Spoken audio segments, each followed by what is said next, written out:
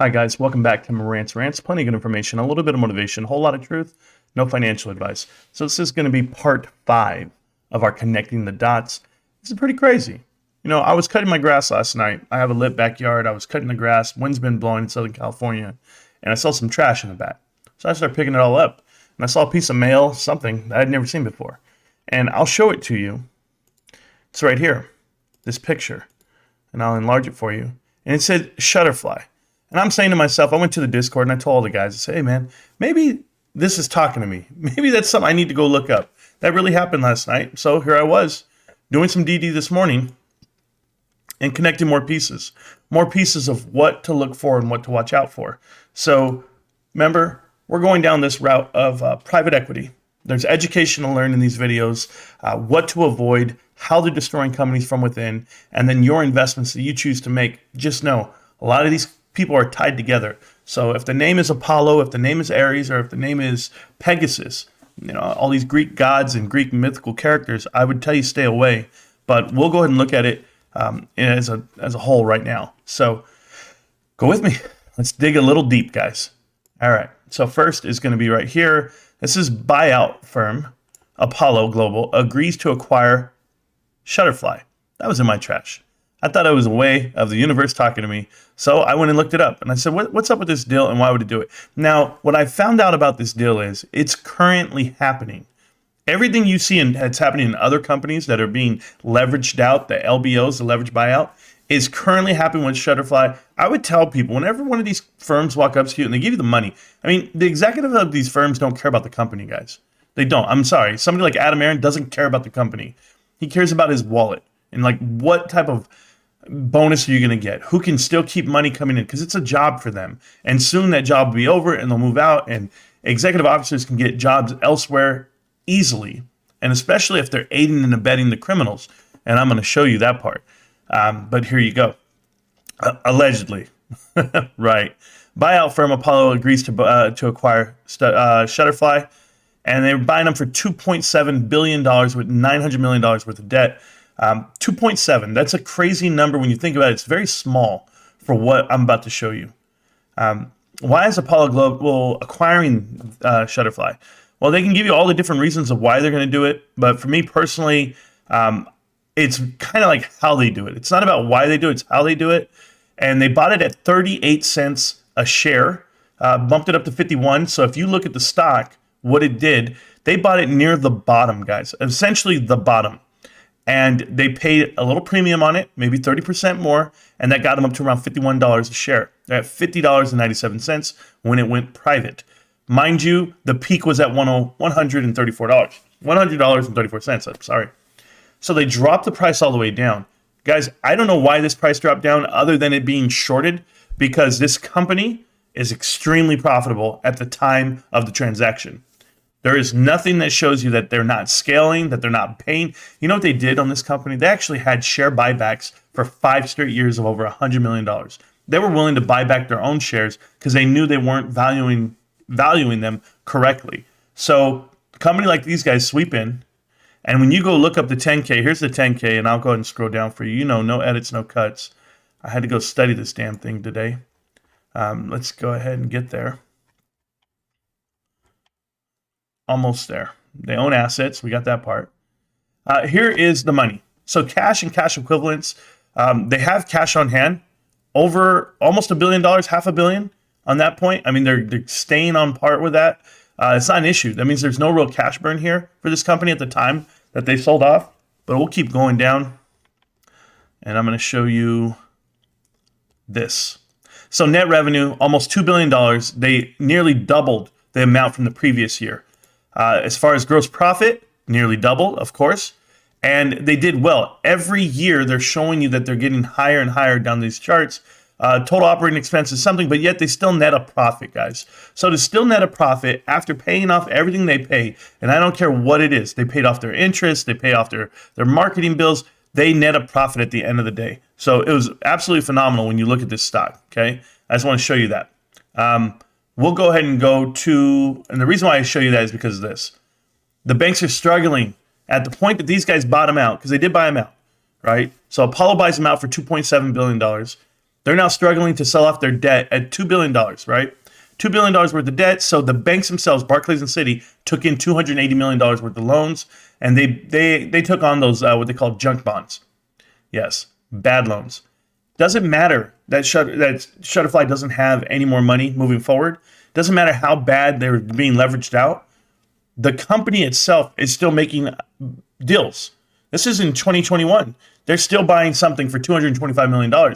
Yet you just saw that they can't buy out their debt, yet they're still making bad deals. So I'm like, why are they making bad deals? Well, the CEO says, and this is what she says, during these choppy times in 2020, we can't make money. It's going to be hard. That's exactly what she says, right?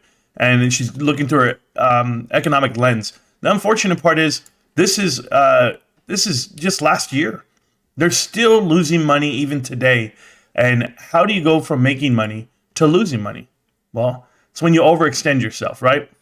But the plan is, because they were bought for $2.7 billion, the plan is to go public. They want to take them back to public, and now they're going to give you some fake SPAC price right here by the Altamar SPAC. Now, I know who owns this Altamar group. I know who this is, the Altamar Acquisition Corp.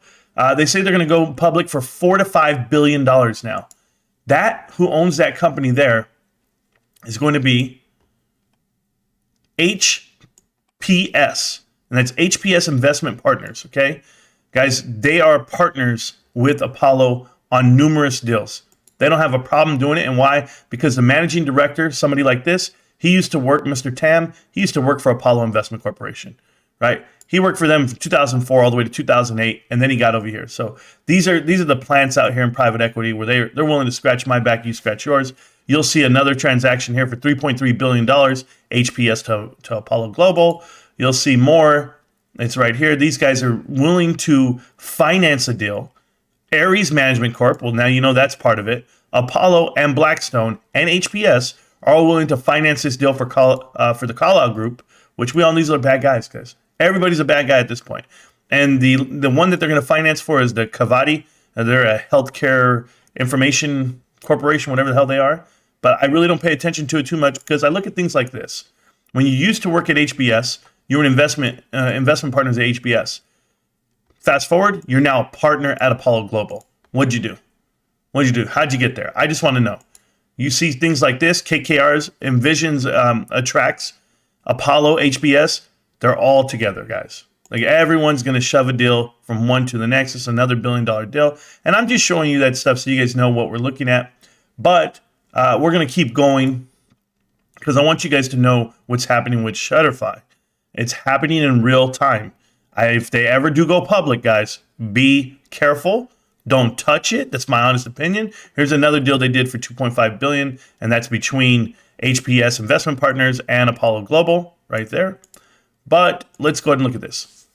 So Apollo and HPS pile into a record $5.5 billion credit deal. That's what they're doing with the Carlyle Group, right? And when you think about that whole transaction, that has links to what they call, there's this company over here called Symantec. Symantec is a security software company. They partnered up with LifeLock a while back, Norton, all the antivirus things. So when I go look at Shutterfly CEO, Hillary Schneider, she's a plant in my mind. Sorry, Hillary, allegedly, okay? But you tell me how this looks, and I'll tell you what it is. She has been the CEO, president, and member of the director of the board for LifeLock, which in turn helped out Symantec transition. If you look at that acquisition and what happened there, that's exactly what they're financing right now to the Carlyle Group, if you guys know how to follow the lines. Additionally, she has served since 2010 on the board of directors for Vail Resorts. Kind of tells you who she is, right? And it's just as long as Adam Aaron, if not longer. But when you look through the board of directors for Shutterfly, guys, it's not looking good for this company. They're not a publicly traded company anymore, but they're trying to go public via a SPAC. Pay attention to the guys you see and know the red flags when you see them. So I'll go ahead and look through this. I know some of these guys are still partnered up with LifeLock. A lot of them are just LifeLock. It's the whole group is just LifeLock came over, right? There's LifeLock and Norton. That whole deal. And you can look at the deal. He was with Symantec as well. And so these people are loyal to her, Hillary Schneider. But somebody like this on the board of directors, Hillary Schneider, and then David Shambor. David Shambor, you tell me, David, what the hell you're doing here. Because I know that you're with Redbox. That's Apollo owned. I know that you're with Career Builder. That's Apollo owned. I know that you're with Cox Media. That's Apollo owned. How deep do you want to go here? Hexon Holdings. That's Apollo owned. You're 5 for 5, buddy. Raymond. He is with Goldman Sachs, apparently. But he's also Apollo owned Career Builder. Redbox again. There's so many things that are happening here, guys. With this company, multiple people are in things, Redbox, that are owned by Apollo. And why are they all here? Oh, hey, Jeffrey, the ugliest guy of the group. Now, Jeffrey kind of got a pass from me because I'm reading it and he's just one Apollo owned, right? Hexon, which already gave him a bad grade in my book. But then I saw here, Cyrus Capital Partners, but they weren't giving me enough. So I go, I'm going to go over here. I found him on the board over here at America Airlines. And when I looked at him, he's an independent director. Then you go here and it says it right here. Consultant to Apollo Management. In plain sight, you're hiding, Jeffrey. 9 years over there at Apollo. So I'm paying attention what's happening. But them trying to go public via SPAC, that's Apollo backed. It kind of tells you what they're trying to do. Come in and out of these investments. It happens all the time. So now Apollo starts showing you that this company, Shutterfly, is losing money. They're now losing money quarter to quarter after they had annual gains. For 4 years in a row, they had annual gains, and now they're losing money. Well, I wonder why they're losing money. Well, I'll tell you what happened here. Apollo-backed Shutterfly lenders tap lawyers as loan drops. And what does that mean? That means that these guys want their money. The loan tumbled 50 cents in recent days, to 50 cents in recent days. That means that they're losing about 50% on their money that they're letting borrowed out. If you look at it right here, this is still part of that transaction that I'm looking at, the Carlyle Group and the Veritas Corporation for $15 billion, but the funding for this is going through Apollo. So that's why I tell you should pay attention to Symantec. But I've got more for you guys. It's not just that. I mean, I can go look through this all day. There was a transaction here from Blue Coat, but I want to show you guys something because the connections I put across, and I dig deep on some of these more LifeLock acquisition thing. Like this random dude, he just happens to work for the Apollo Group and LifeLock, right? He's a senior develop ops engineer for LifeLock and Apollo. It's just random, but he's on a dating website here and he's trying to hook up with some girls. He'll be all right. I don't know. Good luck, bro. You're gonna need it.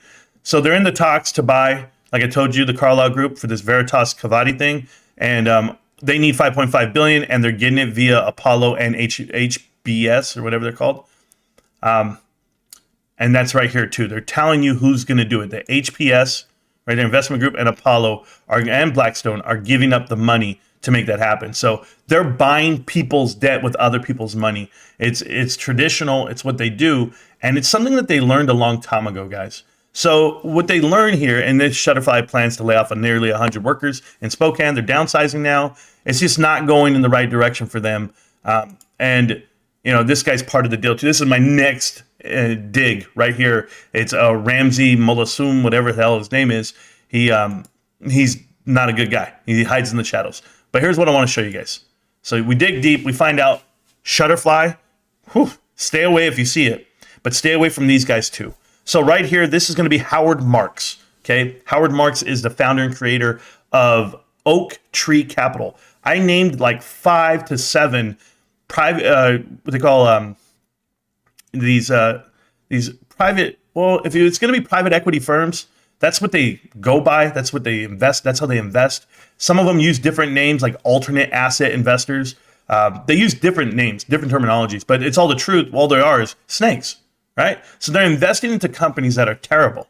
And the reason why they invest in companies that are terrible is because those companies have been leveraged with pressure and with that debt to go ahead and buy you out. Do you know one? Do you guys happen to know one that's out there right now? I do. It's called AMC, called Bed Bath & Beyond. I watch it every day. But this is, and he's going to explain it to you exactly how it happens. And not a good guy. And that was 1969.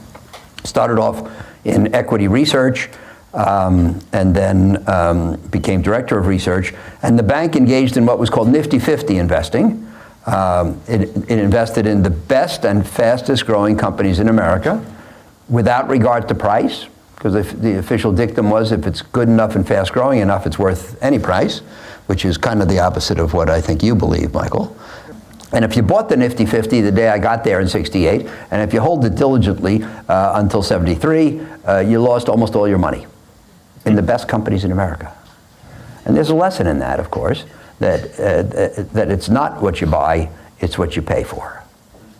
But then in 78, because that exercise with which I was associated was so unsuccessful, it was time for me to find a new job. I was lucky I didn't get canned, and I switched to the bond department in order to manage money. And then in August of 78, I got a call from the head of the bond department. And he said, there's some guy named Milken or something out in California, and he deals in these things called high yield bonds. And can you figure out what that means? Just so you guys are aware, that's Milken over there. He's like the devil of Wall Street, right? So this is the Milken Institute. He was tried, he was convicted, he was sentenced to 10 years in prison, $500 million worth of restitution. He paid that amount. He only served 22 months in prison for insider trading, for manipulating the markets. He claims he was doing a good job. He's selling junk bonds, guys. These guys were all part of that, the DBL, or whatever. You guys know I always forget the name right now, but it's fine. But Drexel, Burnham, and Lambert, he was part of it. I'm trying to remember all the names, guys. Got a lot in my head. He's asking these guys questions every damn day. He's always interviewing the hedge funds, the snakes of Wall Street, Ken Griffin. They all here. So whenever you see that Milken Institute in the background, just know it's him. He got a full pardon from Trump in 2020. But remember who was pushing for the pardon? Numerous people on Wall Street. In addition to them, Rudy Giuliani, the same state attorney that convicted him, that prosecuted him, is the same one that went up to Trump and leveraged for him to get a full pardon. He does not have a license to practice any type of securities trading at the moment. He can resubmit, but he's already a multi-billionaire. He does not care. But I'm just giving you the background on him, and he's a snake. But listen to what they say when these guys finally partnered up and what they do for you guys. Now, you know, we take it for granted today. We all know what they mean, and actually high-yield bonds are quite mainstream today. But in those days, they were an obscure corner that very few people knew about. They were called junk bonds. And so I set about trying to study them. I met with Mike in November of 78, and then came out here to California to visit with him in January 79 for the first time. And now I'm investing in the worst companies in America, and I'm making money steadily and safely. Think about that. All of these guys invest in the worst companies in America at the worst possible financial structured deals. They restructure, they stretch out, they leverage, and then they pounce. And I will explain it to you in these parting words right here, guys. This is why you need to be careful. Private equity is a long-term... Let's start this from the beginning. This is Leon Black, the best friend and right-hand man of Adam Aron. Understand what he's about to say. This is a 30-second clip. It's the best 30 seconds of your life. Private equity is a long-term illiquid asset class. There's a reason why LPs are asked to lock up their money for 10 years. Basically, it involves a cycle. You plant seeds, you try to build value when you own a company, and then you look to maximize your exit. There it is. It's that simple. Let me tell you guys something. If you guys are doing estate planning, you guys own millions and millions of dollars worth of things. You're running companies your whole life. You've been a CEO for 30 years.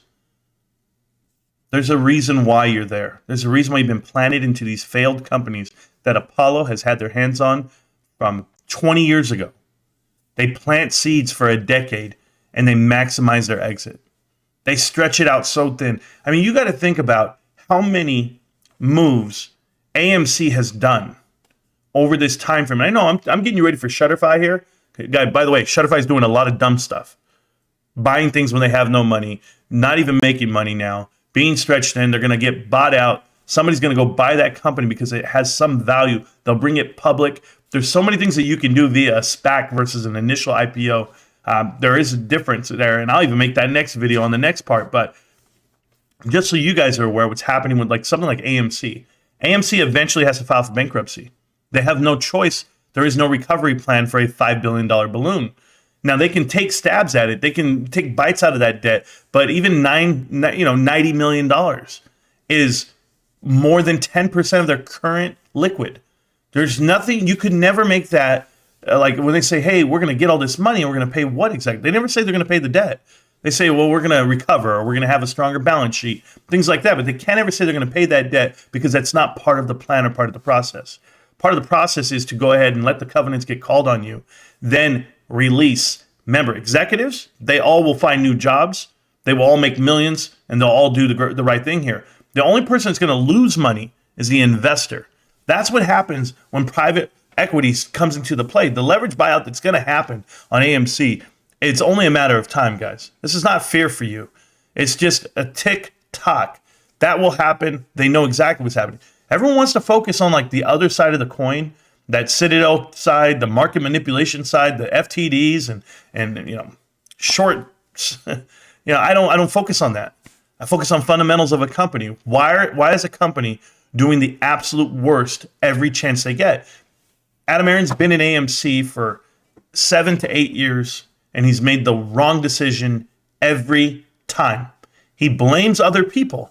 He blames, short hedge funds for manipulating APE and bringing it on down. Yet he presented it to you as a checkmate and or a choke on that.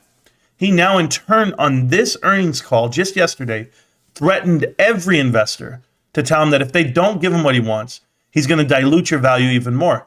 The only reason why this is happening is because he allowed it to happen. He invented it and he allowed it. He came forward 2 years ago and started talking to investors as if we were buddies, as if we're common folk. When he says, I'm a retail investor just like you, no, he's not. He's an insider. He's an absolute insider. And then you ask yourself, who appointed him? Did he apply? Did he fill out an application? Did he say, hey, I think I could go ahead and run a hotel? Oh, no, wait. I think I can run a cruise line. Oh, no, wait. I think I can run a movie theater. Go look at every single job he's ever had, and then you'll see ties to Citadel, to Apollo, to Bain Capital, to the rest of the private equity firms on Wall Street. He's a plant, guys. He's a plant. Just like this young lady that's here on Shutterfly. She's a plant. I'll even go as far as let's go look at this really quick. And I know you guys see this guy, right? But if you keep looking, we can just go down the list of these guys. When you see guys like this show up into your company that have no business, like David, I can't get over this guy. He's got five connections to Apollo. Why would he be on the board of directors? Why? Oh, because Apollo bought them out and they put their man on the board? Sure, but how is that ready? How is that going to be great business move for you? That means they're going to make all the wrong moves, guys. The playbook's the same for all private equity. Oh, you can't even see the screen I'm looking at. I apologize, guys. No edits, no cuts. I'm just telling you, when they put the leaders in place and then they have these connections from one hedge fund to the next, those guys are prepared to buy the debt at pennies on the dollar because they know what's happening. They're all on the same side. The playbook is rinse and repeat. Avoid certain companies, guys. I'm avoiding them all, basically. I'm only buying one. One that wasn't infiltrated. Well, it was initially, but one that we already pushed everybody out. GameStop. Can't stop, won't stop. GameStop. Keep doing your homework, millionaires. It's a crazy world out there. Peace.